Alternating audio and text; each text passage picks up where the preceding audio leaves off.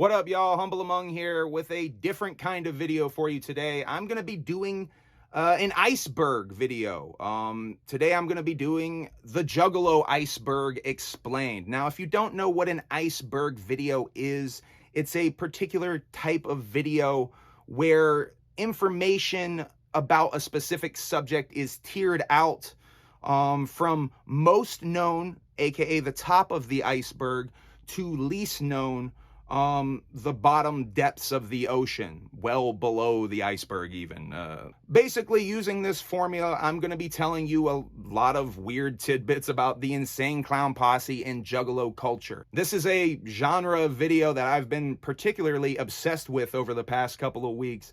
Been watching a lot of different YouTubers doing these iceberg videos, and I kind of wanted to do my own, but I didn't know if a Juggalo iceberg image had existed, and I really wasn't even thinking about doing this video until Tyler in my Discord mentioned it as a suggestion, and I've gotten some other people in my Discord sort of encouraging me to do this. Thank you to Tyler for suggesting this, because it did cause me to do a Google search. And through that Google search, I found this image, which is a Juggalo iceberg. Indeed. I found actually a couple of them, but this was the best one I found. Shouts out to Mollusk Days on Reddit.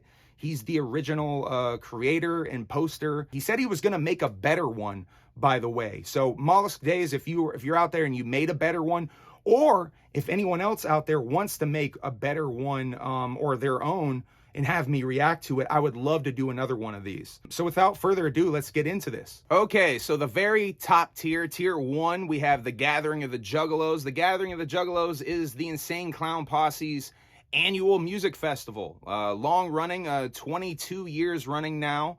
I've gone to 3 of them, only the last 3 that they've done. They skipped the COVID year. It's been going on since the year 2000. It's rather infamous. I've actually done a couple of documentaries about the Gathering of the Juggalos, Shimmer Forest and the Carnival, and I have another one coming soon. So check out some of my videos about the Gathering of the Juggalos if you want to see or learn some more about the Gathering. There's definitely a lot of stuff on YouTube. Also, check out A Family Underground. That's another great documentary to check out if you want to learn more about the Gathering of the Juggalos and see the antics of the Juggalos, because apparently that's what people want to see, is the crazy Juggalos. But to me, it's the actuality of the Gathering of the Juggalos. It's the family, just getting to hang out and enjoy each other's company and chill and enjoy some entertainment, that, you know, Juggalo shit. But yeah, the Gathering is rather misunderstood in my opinion. Anyway, Gathering of the Juggalos is the Insane Clown Posse's music festival. Next, we have fucking magnets. How do they work? This is a reference to a song called Miracles that the Insane Clown Posse did. It's memed all to hell. SNL did a sketch parodying the song Miracles. It's probably the #1 thing that gets thrown in your face as a fan of the Insane Clown Posse, as a Juggalo. People definitely want to throw fucking magnets out. How do they work in your face? But here's the thing, that song is wildly misunderstood. That song was actually written about Violent J and Shaggy 2 Dope's children and how they see the world through a fresh perspective, not tainted by the bullshit of humanity. They see everything like new, like everything is magic. Everything is a miracle. So it's actually a pretty dope song when you look at it that way. Also, the thing about magnets is no one really does know how they work. The Great Malenko. The Great Malenko is the Insane Clown Posse's most popular Joker's card. Now, Joker's cards are the way that they sort of categorize their main albums.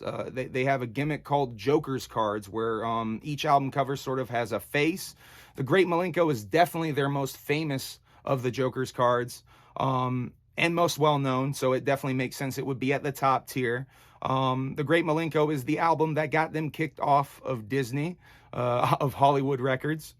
We'll talk about that more a little bit later. The most hated band in the world. The most hated band in the world is a tag that they were given.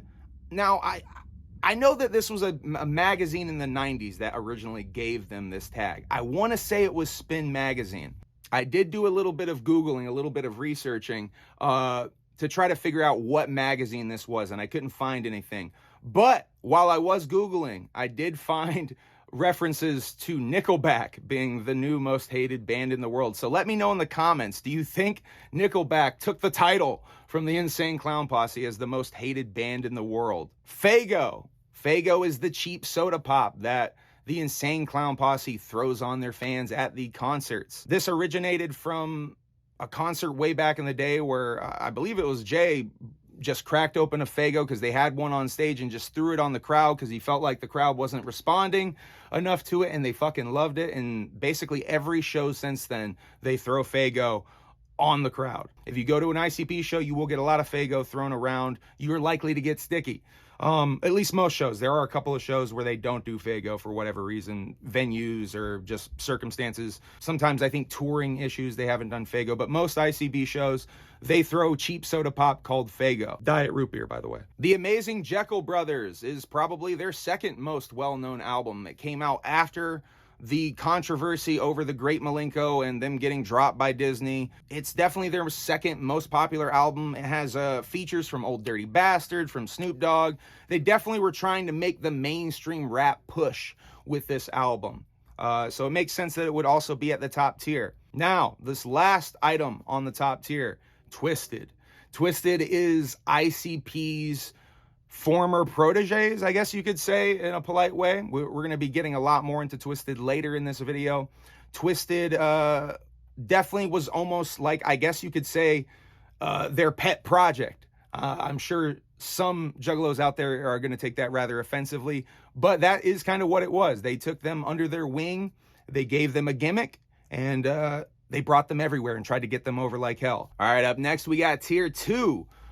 Dropped from Disney. Now, like I was referencing just a second ago, The Great Milenko is an album that technically came out twice. Once on Hollywood Records, owned by Disney, and then very quickly, actually the same day, pulled from shelves. Their contract was bought by Island and then put out again. ICP actually finessed 2 record labels for $1 million a piece. They got $1 million twice for the same record. That's a whole different story. There was some religious types protesting, I believe, but it actually had nothing to do with ICP, if I remember correctly. It was actually, they were protesting something else, but Disney panicked and hit the panic button and like, get rid of these horror clowns. What are we doing? I believe that was the narrative of what happened there. Once again, let me know in the comments if I have some of this information incorrect. I'm doing most of this off the top of the dome. I'm not doing any Googling unless I tell you I'm doing some Googling or I looked something up. Most of this I'm gonna just do straight up off the top of the dome for you. Because I could tell I knew most of the stuff that this was referencing when I first saw this. Anyway, the second thing we got on tier 2, Juggalos are a gang, and also the United States of Insanity. I'm going to kind of talk about these two things together. Juggalos are a gang is a reference to the FBI actually tagging Juggalos as a gang for a couple of years, or at least on a couple of official documents. And Juggalos were legit getting fucked with pretty bad, as documented in the United States of Insanity documentary, which you should check out. It is, I believe it's free on most streaming services. I think it's still free on Tubi, all your free streaming gimmicks. Juggalos will find a way to watch it anyway. I would say buy a DVD copy, support physical media, watch that commentary track. But yeah, the United States of Insanity is a documentary done about the Insane Clown Posse's fight against the FBI to get rid of this gang labeling, because a lot of Juggalos were actually legit getting fucked with and their lives were being affected by this gang label, which is bullshit because it's just a fucking they're just fans of music, you know what I mean? This is the documentary basically goes into this could be a slippery slope, which I completely agree with. Any sort of fandom could be labeled a gang if this is to stand. And by the way, this case is not over. There is a possibility that this could go to higher levels. That would be some wild shit. The likelihood of that happening, very small, by the way, but it could happen. Post Malone. Now, Post Malone is a very famous singer who has been photographed wearing ICP merch before, and I think has expressed support to the Insane Clown Posse. Now, the backstory to all of this is that I believe Shaggy 2 Dope went to a Post Malone concert in Michigan, and Posty had him backstage, and they actually met and like chopped it up, and Posty expressed that he's a fan, and I think Shaggy got his information to send him free merch. So a lot of that shit you see Posty rocking is free merch that Psychopathic has sent him. I think they've talked about that. I think ICP has talked about that on the Patreon streams or the Twitch streams before. The Eminem and ICP beef is a reference to the beef that Eminem and ICP had throughout the 90s and much of the early aughts as well. Basically, Eminem,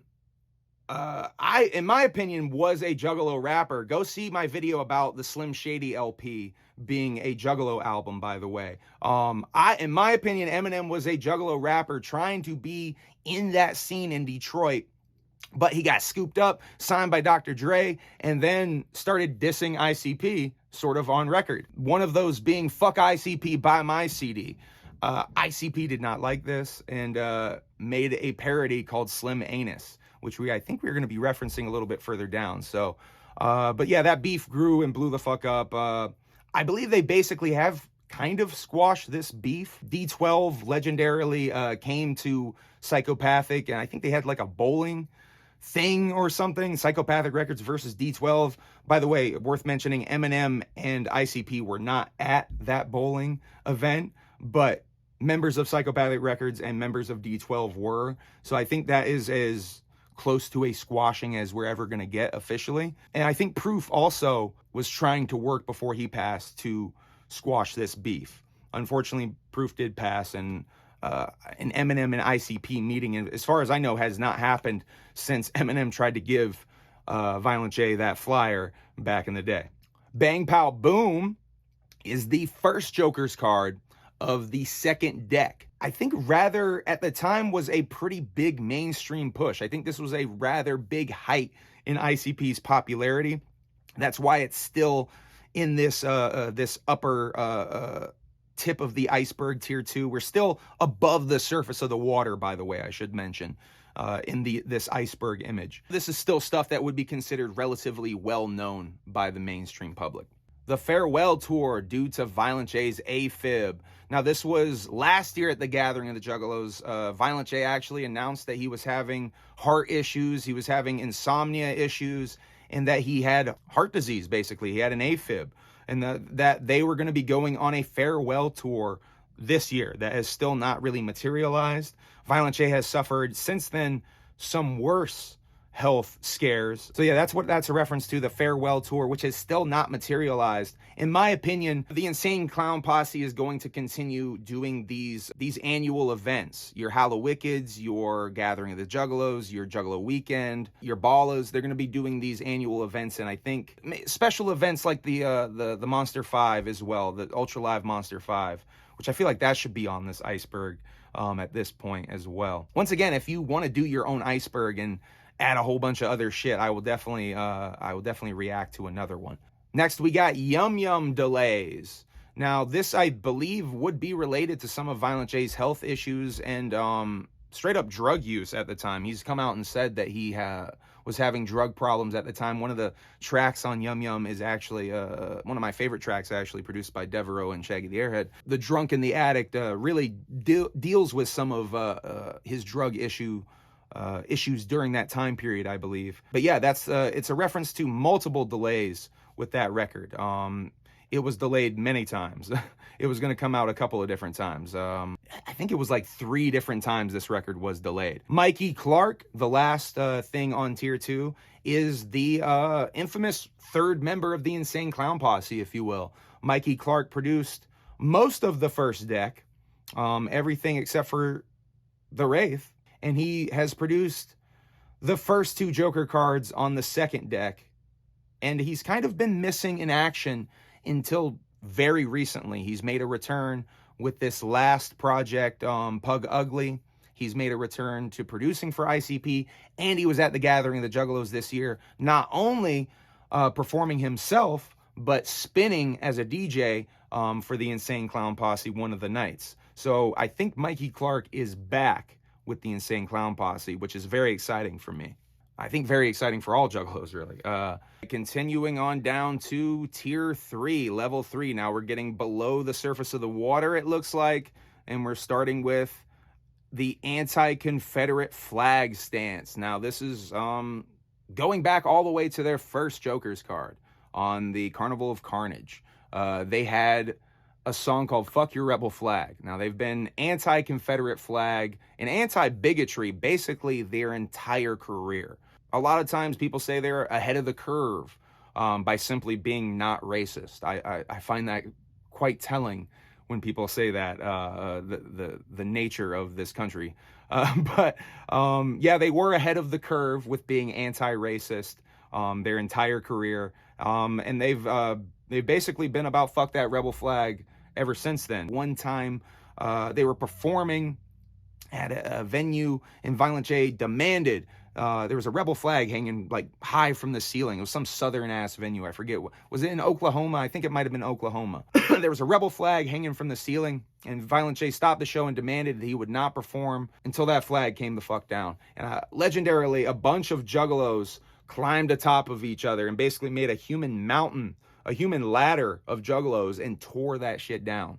And ICP performed. So the anti-Confederate flag stance is just that. They are very anti-racist. Fuck your rebel flag. Blaze You Dead Homie is another Juggalo artist, arguably the third most well-known artist on Psychopathic Records. Used to be on Psychopathic Records. We're going to get into that a little bit further down the iceberg. But Blaze You Dead Homie, his gimmick is basically he's a gangster rapper from the 80s who has returned from the dead and is now alive in our time, which is a fun gimmick. Another idea from Violent J, gifted to a rapper. Basically, Violent J would treat a lot of these rappers like wrestlers. A lot of ICP's philosophy when it comes to the music industry is very pro wrestling based, and he would sort of like Vince McMahon give them a different gimmick and kind of put them out on the road as opening acts. And then they would do usually an EP or a full album, and the Juggalos would slowly accept them as a new part of the Juggalo world. He did that with several artists. Anybody Killa, Twisted, which we referenced earlier. There's quite a few of them. The Wraith is the 6th Joker's card in the first deck. 2 albums technically. The Wraith Shangri-La, which is a metaphor for heaven, if you will, and the Wraith Hell's Pit, which is a metaphor for hell. Go figure. Both of these albums are exhibits of each location or destination, and are very interesting pieces of art because they have one has a very positive vibe, obviously, and one has a very, very negative vibe. I'm a huge fan of both albums. But the Wraith Shangri-La, straight up, was a very controversial album for other reasons when it first came out, which we're going to get to further down the iceberg. Let's see. Next, we got Big Money Rustlers / Big Money Hustlers. I feel like this should say Big Money Hustlers / Big Money Rustlers. Now, these are ICP's 2 feature-length films. That's right.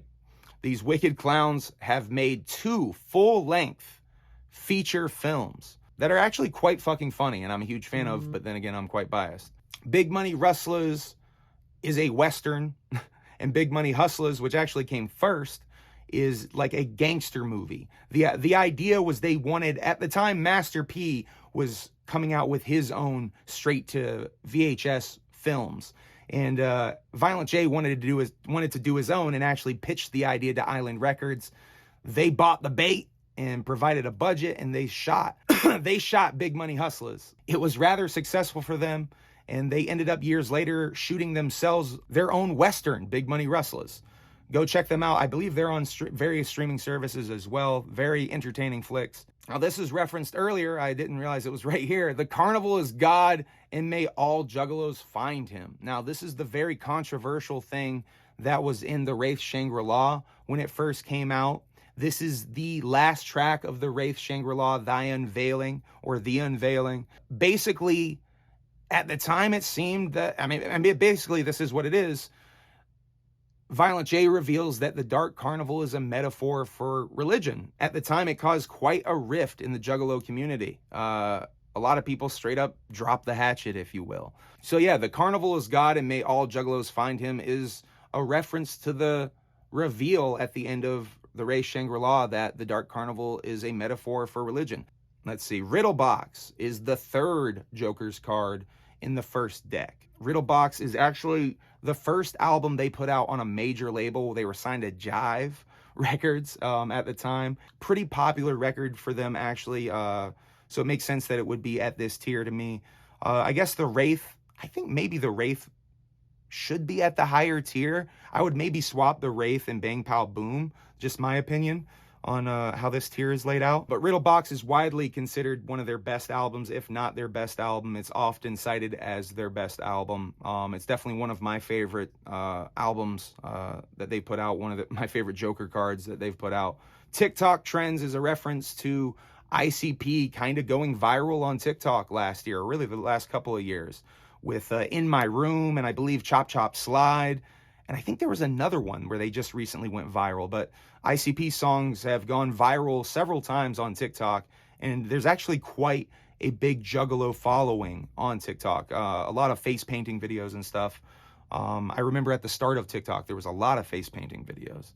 All right, now we're going down to tier 4.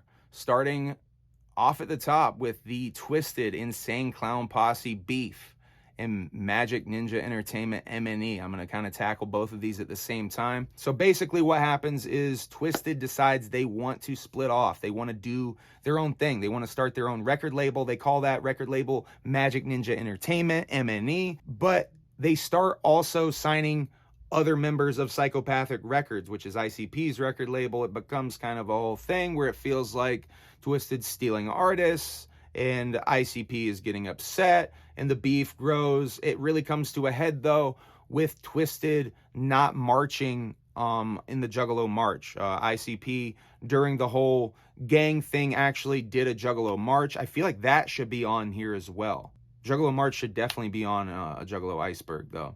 Twisted did not show up, and a lot of Juggalo artists. They were all basically boycotting it because they thought it was a publicity stunt, which Violent J wisely made the comment, yeah, it's a protest. Of course it's a publicity stunt. That's what a protest is. I do want to give some credit to Twisted, or at least Monoxide of Twisted, for apologizing for not going to the Juggalo March. The Twisted and Insane Clown Posse beef is still raging on to this very day. Let's see. Next we have Freak Show, which is Twisted's second album on Psychopathic Records. Their first album is Most Tasteless. I guess Freak Show did have a pretty big push because it was put out with Bizarre and Bizarre the same day. Once again, another example of ICP putting a big push behind Twisted. Boondocks is another Juggalo rapper that Violent J signed and rebranded. His original name was Turncoat Dirty. He was a Southern kind of gangster rapper that they rebranded as a Southern horrorcore, like the Scarecrow gimmick type of thing. They actually, the Insane Clown Posse, were going to do a gimmick called the Bloody Brothers back in the day, which were these crazy rapping hillbilly redneck serial killers. It was going to be Jay and Shaggy, each being a bloody brother. They never ended up doing. They teased it coming back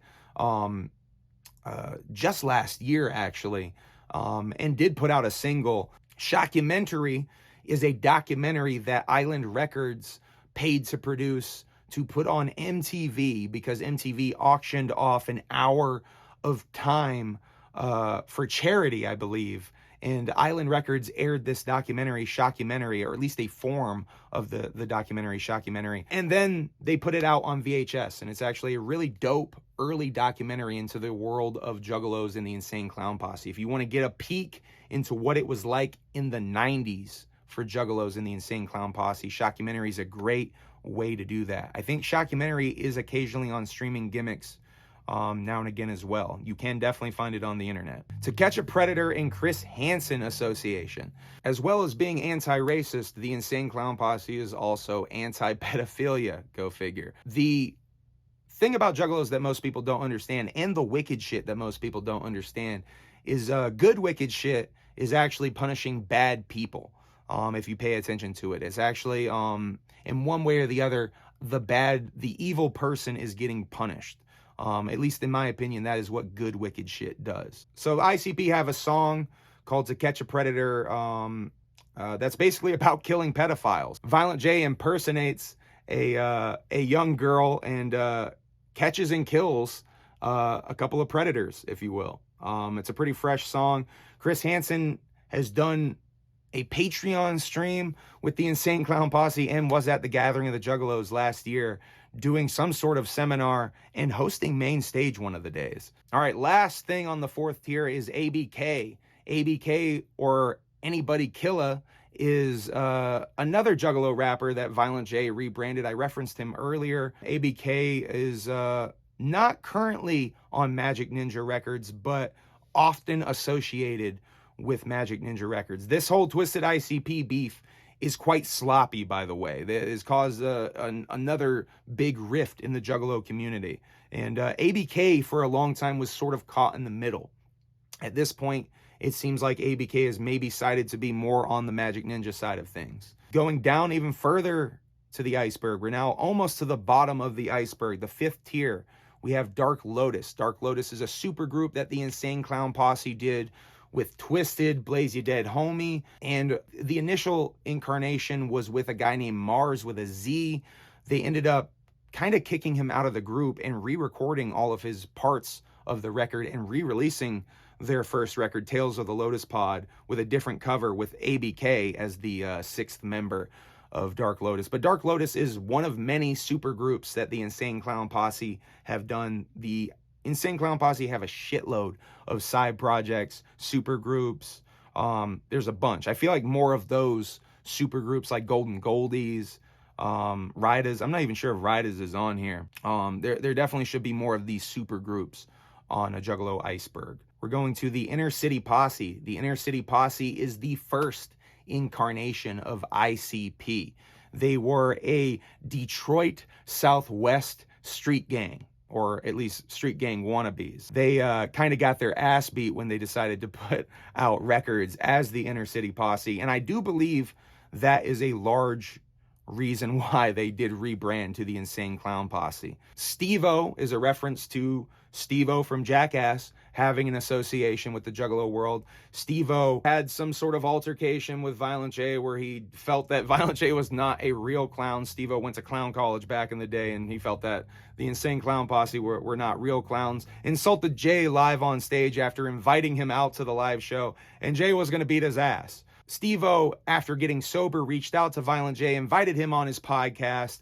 They pieced it up, and Steve-O actually expressed interest in wanting to join the family, if you will, and actually got a Hatchet Man tattoo. He went to the Gathering of the Juggalos last year, the same year as Chris Hansen, and he hosted the main stage one of the days. Steve-O seems to be a part of Juggalo family, if you will. Bizarre Bazaar is a reference to a series of albums that came out the same day as Freak Show. I think Freak Show and Bizarre Bazaar should be swapped here. Bizarre Bazaar were two albums that came out the same day. They were a ploy to get out of Island Records because they had to put out 3 more records to get out of the Island Records contract, and they were hating it at the time because Island had merged with Def Jam Records, and they were just straight up getting ignored. And they felt at this point they could do it better on their own. So they put out 2 records the same day, and Forgotten Freshness Volume 3, and that completed the contract for Island Records, and they basically have been independent ever since. But Bizarre Bazaar are also straight up some of my favorite Insane Clown Posse albums because, I mean, a lot of these songs could be looked at as throwaway songs, but they're really fun because they just let loose. They just had a lot of fun on these records. Not Joker cards, by the way. These are considered sideshow projects. But I do think that maybe some of these songs were sketches for possibly an early version of the 6 Jokers card, but that's purely speculation. The Palcast is a podcast that Shaggy Two Dope of the Insane Clown Posse has been doing with a fella named Keegan the Creep for a couple of years now. They started doing vlog type videos and then started during COVID doing a podcast called The Palcast, which has grown to be probably the biggest Juggalo podcast in the community. Axe Murder Boys is another Juggalo group that was signed to Psychopathic Records or Hatchet House, one or the other, from a contest, though. They did a contest at the Gathering of the Juggalos. Rather controversial ending behind that as well. I believe there was another group that had alleged that they were cheating. There was some sort of token system, I think, with the voting, and I guess there was allegations that they were bribing Juggalos for their tokens or some shit, and that it was rigged. But Axe Murder Boys won the contest and would end up being a pivotal part of the Twisted Insane Clown Posse beef when a member, Otis, aka Young Wicked, would end up knocking up Jump Steady's daughter, Violent J's niece, and this causing quite a problem at the time. And then Twisted would end up swooping in and signing Young Wicked. That's a whole other thing. I feel like that should be maybe on the Iceberg as well, that whole incident. Marvelous Missing Link is the third Joker's card in the second deck. There are two parts to this Joker's card: the Marvelous Missing Link Lost and the Marvelous Missing Link Found. So there are really two albums. FagoLovers.net is a reference to probably the most popular and infamous Juggalo news site on the internet. Shouts out to Fago Lovers. All right, now we're going down. So it looks like the bottom of the iceberg. This is tier 6. Say What You Will of Me, 2001 versus Until Eternity, 2002. This is a reference to the Dark Lotus album and having lyrics changed on Tales from the Lotus Pod when ABK went in and re-recorded the vocals after Mars with a Z was kicked out of the group. The last track on the Dark Lotus Tales from the Lotus Pod album has a really glaring change during the hook where Say What You Will of Me was changed to Until Eternity. And I think a lot of Juggalos prefer the original version of the album, by the way, the Red Cross version versus the Yellow Cross version. I definitely prefer the Red Cross version over the Yellow Cross version or Gold Cross version. Up next, we have Hallowicked, which is ICP's Halloween concert, the longest running annual Juggalo event. Been running since, let me look that up real quick, since 1994. So 29 years running, Hallowicked has been going. Longest running, like I said, annual Juggalo event. Hallowicked tickets on sale now, psychopathicvault.com. Juggalo Baby Funeral. Okay, now we're getting, this I feel like should be lower maybe on the iceberg as far as darkness and obscurity. Juggalo Baby Funeral is a reference to MySpace era Juggalodium, when a Juggalo couple were memed and frankly mocked for a child that they lost and a funeral proceeding that they had that where pictures were taken and they had like a Juggalo casket and the whole funeral was Juggaloed out. You can find pictures of this. It actually looks like there's a picture of it right here in the iceberg. That's how crazy the Juggalo hate on the internet got, and frankly is still, some of it is still kind of there, that people stooped so low to mock a child's funeral. Danny Brown gathering incident is a reference to last year's gathering of the Juggalos when Danny Brown had a meltdown on stage and threw the microphone into the crowd after declaring that the gathering has sold out and that we are on some Coachella shit. Now, I'm a huge fan of Danny Brown. I met him that day at the gathering of the Juggalos and spoke to him, and he was in good spirits. He showed love to the Juggalos when I talked to him. I've done a couple of videos on this subject, but yeah, that's the Danny Brown incident. He had a meltdown on stage, threw the mic into the crowd, I think hit a Juggalo in the sternum was what I remember hearing. Public Enemy sample is a reference to several times that Public Enemy has been sampled in ICP songs. I believe this one maybe is referencing Seriously Hilarious, but maybe another one. I know there are older ICP songs that have Public Enemy samples as well.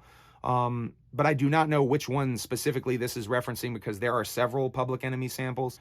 Forever music video is a reference to the Forever music video where they have kids in the video that slowly over time age, I guess you could say, in the music video and get older, and then by the end they're old ass adults. It's a metaphor for time in life and just taking advantage of life in general, or at least that's my interpretation of the song. Really dope ICP song, and music video. The witch is actually Satan. Now, this is an interesting one that I think I've never heard of before. I haven't done any research on this, but I do want to provide my interpretation of the witch, because I think the witch is actually about sleep paralysis and the paranormal aspect of sleep paralysis, because I do think that Violent J suffers from sleep paralysis, and during encounters of sleep paralysis, famously a witch that either sits on your chest or, in this version, on your back while you sleep is often reported. Violent J says that the start of the Dark Carnival is during the night he was visited by a clown in his dreams who showed him these faces of these Joker cards, which is where the concept of these Joker card albums come from. And the entire Dark Carnival comes from this dream or this vision that Violent J had years and years ago. If you believe that is not a gimmick, if you will. I do, by the way, think that Violent J is being serious when he talks about this, because of all the different times that sleep paralysis has sort of popped up in Violent J's music, including The Witch. That's my interpretation of The Witch. The witch is actually Satan is something I'm not familiar with. If you could provide some more clarification of that in the comments, I would love to hear your opinion on that. I did not know what that was a reference to. All right, now we are below the iceberg. There are 4 more tiers going so far below the iceberg. Now, this is what, the 7th? Let's see. 1, 2, 3, 4, 5, 6, 7. This is the 7th tier. Now we are below the iceberg. Mars and Dark Lotus. Now, I've already talked about this a few other times on here. Mars was on the first Dark Lotus album, performed at one gathering of the Juggalos, and then at that gathering, from my understanding, was kicked out of Dark Lotus. The next year, they released another version of that album with Mars not on that shit. Violent J was abused as a child. Now, this is a reference to this book. We're going to talk about that a little bit more later on. Violent J and his siblings were all abused by a stepfather type of, not his actual stepfather. I don't think he was his actual stepfather. Correct me if I'm wrong.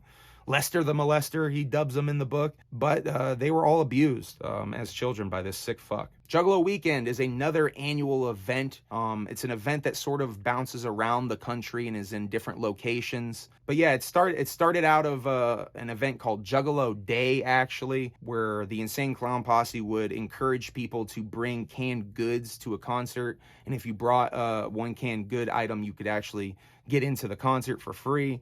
It was a way to sort of do a food drive, and they wouldn't accept any whack shit, like no like canned peas or corn or shit. It had to be quote unquote the good stuff in the can, or that fresh shit in the cans or whatever.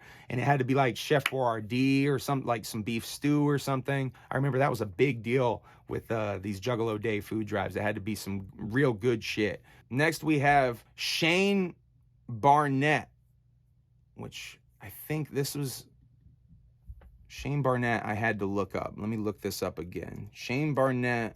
Yeah, here we go.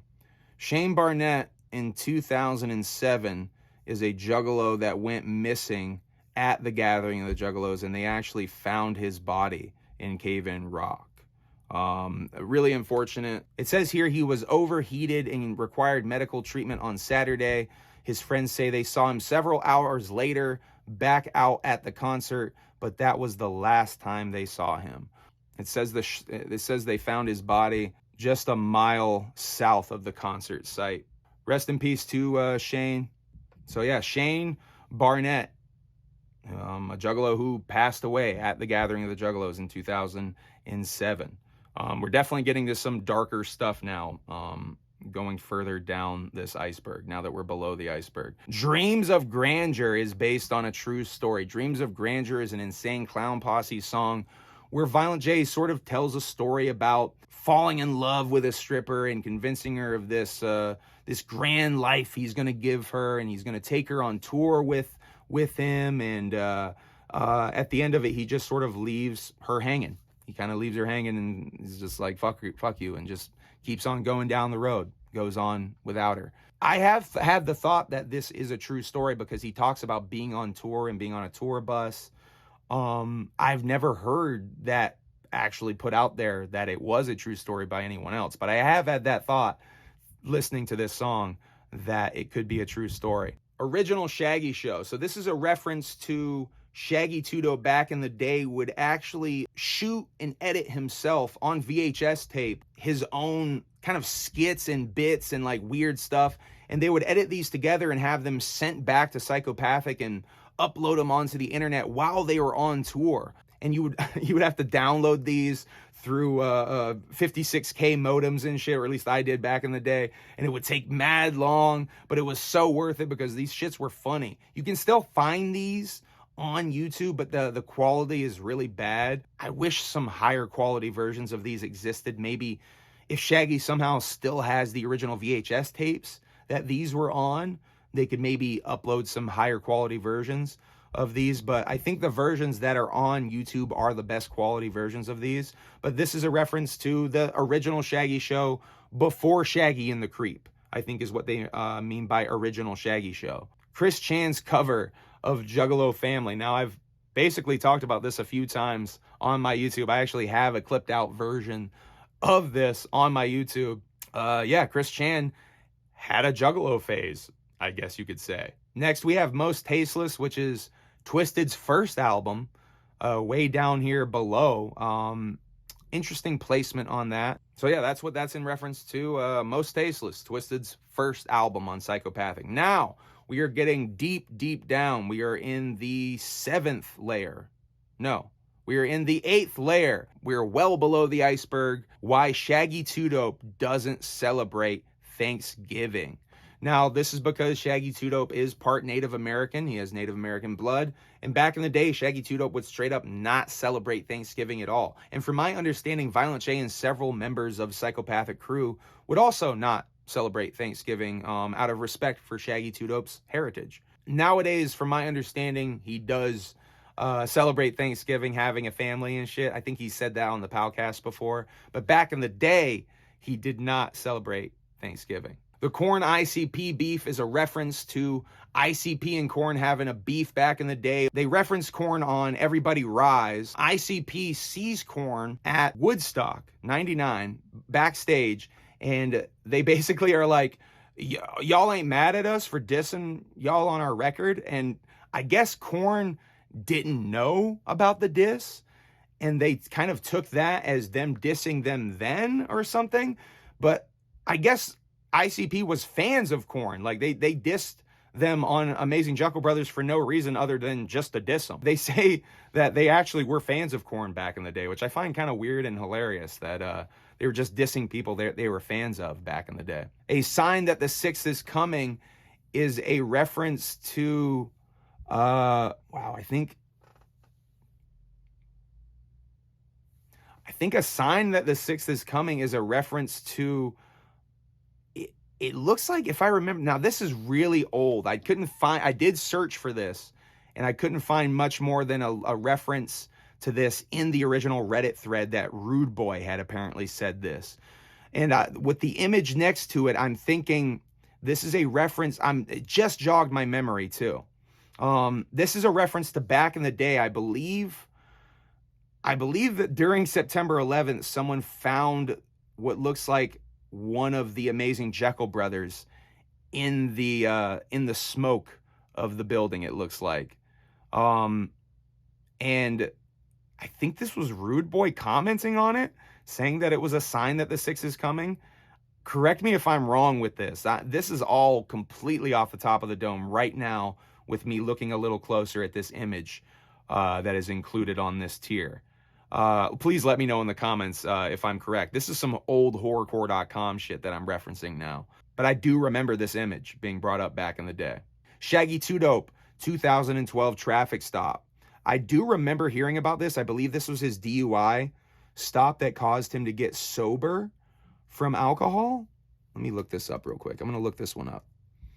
Yeah, this is his DWI. Yeah, this was Shaggy Two Dope's DWI in 2012 that caused him a lot of legal issues, and I do believe was kind of the final straw with him getting sober. So this was actually a pretty important event. Correct me if I'm wrong. I do think that this was the final straw with him getting sober, but this caused him a lot of legal problems after the fact. Next, we have The Tower is about a real shooting, which is true. It's about a man, I think, named Charles Whitman. Let me look that up, make sure I have that right. Yeah, Charles Whitman, who, let me make sure I have the details on this right. Yeah, he shot up the University of Texas August 1st of 1966. Violent J in The Tower sort of does an updated version of this story where it's clearly set in modern day, in my opinion. But it is definitely inspired by Charles Whitman. Violent J has spoken on this, that he actually puts very specific details into the song, into the actual lyrics. There are very specific details because he read a book about this whole situation, and he actually pulled very specific details to put into the record. So that's The Tower. And now we're getting into Tier 9. Almost at the end of this. This is a way longer video than I thought it would be, y'all. So let's just jump into this. Jump Steady doesn't like being touched by men. This is a reference to, I think this is kind of well known. I don't think this is a conspiracy theory or whatever. I think this has been talked about. This is because, like I was referencing earlier, they were abused as children by this sick motherfucker, and because of that, Jump Steady does not like being touched by men. Slim Anus is a reference to the parody song of My Name Is that the Insane Clown Posse did with Twisted. Well, Jamie Madrox does the impression of Eminem on the song. This really cringe, by the way, does not age well at all. Basically, the punchline of the song is, "You're gay, Eminem." Slim Anus at the time, though, was hilarious to edgelords like myself in the 90s, and boy, we couldn't have enough of it. The beef, we talked a bit about it earlier, the Eminem ICP beef. This was a big start of it. This caused Eminem to reference the Insane Clown Posse on his second album a lot more directly. For more about that, go watch my Slim Shady LP review stream that we did a few weeks back. Not enough copies of Abominations. This is a reference to Twisted's album Abominations on Psychopathic Records, which is largely cited as the main reason that they left Psychopathic Records and started Magic Ninja Entertainment. Apparently, the Insane Clown Posse / Psychopathic Records did not print enough copies of Abominations upon release, and this was an important record for Twisted. There was not enough supply to meet demand, I guess is the way to put it. Not enough copies were printed. The Mighty Death Pop music video. Now, this is one I did not know about, straight up. I had no idea what this was a reference to. I did look it up. I do not recommend this video for the squeamish because it is a music video that looks rather amateurish to me. It says official music video, and they are indeed rapping like it's an official video, but it's thrown together really amateur-like. And it's a bunch of viral videos of people meeting their demise or getting severely injured in different ways. Not for the squeamish. I would not recommend looking this up because I think some people are straight up passing away in this video.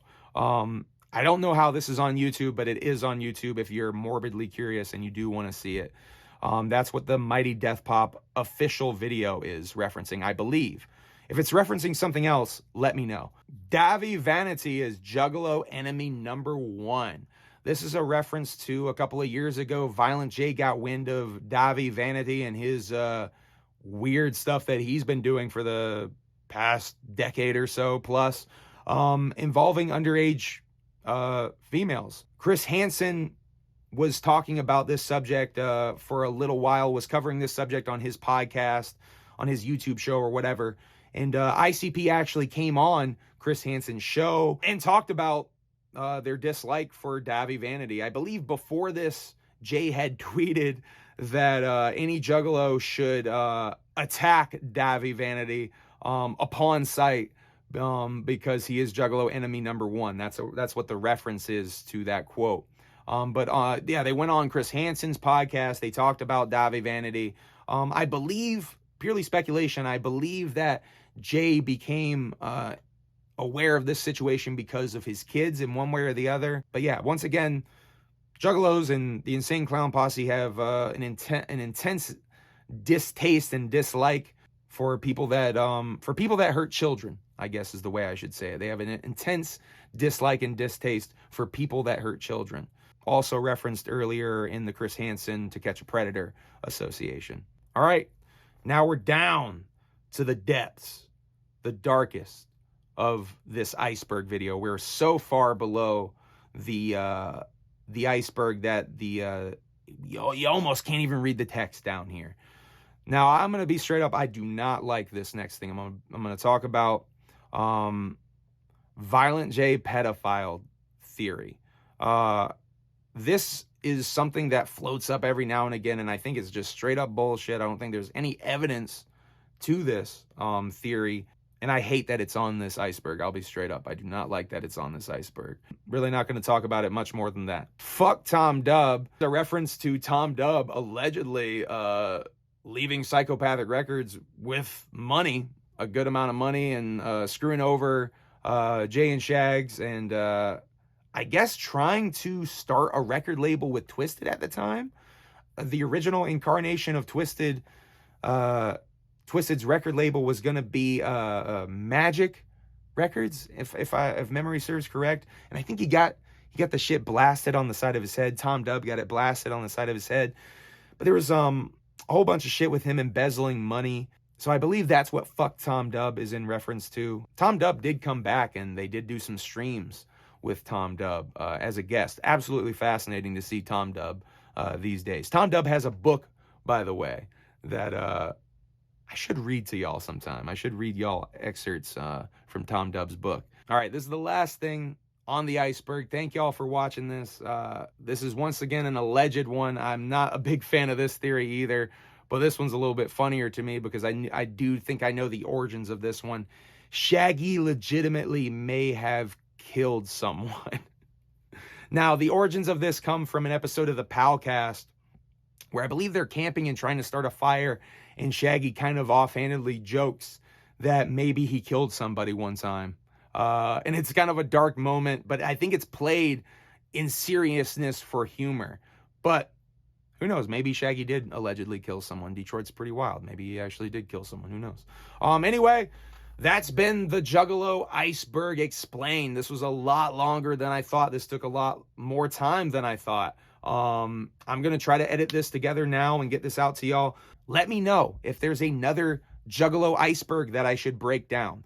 Let me know if you make a better Juggalo Iceberg, because I do think that there's some improvement that could be made on this one. This is a pretty good one, but I think some of the placement is off, and I do think there's a lot more obscure, weird stuff you could put on here. Ray Day is something you could put on here, for example, just off the top. There's plenty of obscure, weird stuff you could put on here that are not on here. You could have a really dense Juggalo Iceberg, honestly. This one, I am not a fan of the bottom tiers, honestly. The bottom tier specifically, with that first thing about Jay on there, I'm not a fan of that. This has been a Juggalo Iceberg Explained. Make sure you hit that like. Make sure you hit that subscribe gimmick. I do lives. I do Juggalo content. Trying to branch out and do a little bit more, maybe Juggalo lore videos. This is maybe dipping my toe into those waters a little bit. So if you like this content, please let me know in the comments. Please let me know the stuff that I fucked up in the comments as well. Please let me know any corrections that I need to make. Anyway, I think I did a pretty good job, though. This was mostly off the top of the dome. I Googled a few things, maybe half a dozen things, maybe 5, 6 things you guys saw. Let me know in the comments how many things I said I Googled as well. Anyway, I love y'all. Whoop, whoop. Have a good night. Thank you for watching. Oh, and let me know if I should do any more Iceberg videos, non-Juggalo related. I have some interest in maybe doing some paranormal Iceberg videos. So let me know if you have any interest in seeing more Iceberg videos. Anyway, this has been something different for me. I love y'all. Whoop, whoop. Have a good night.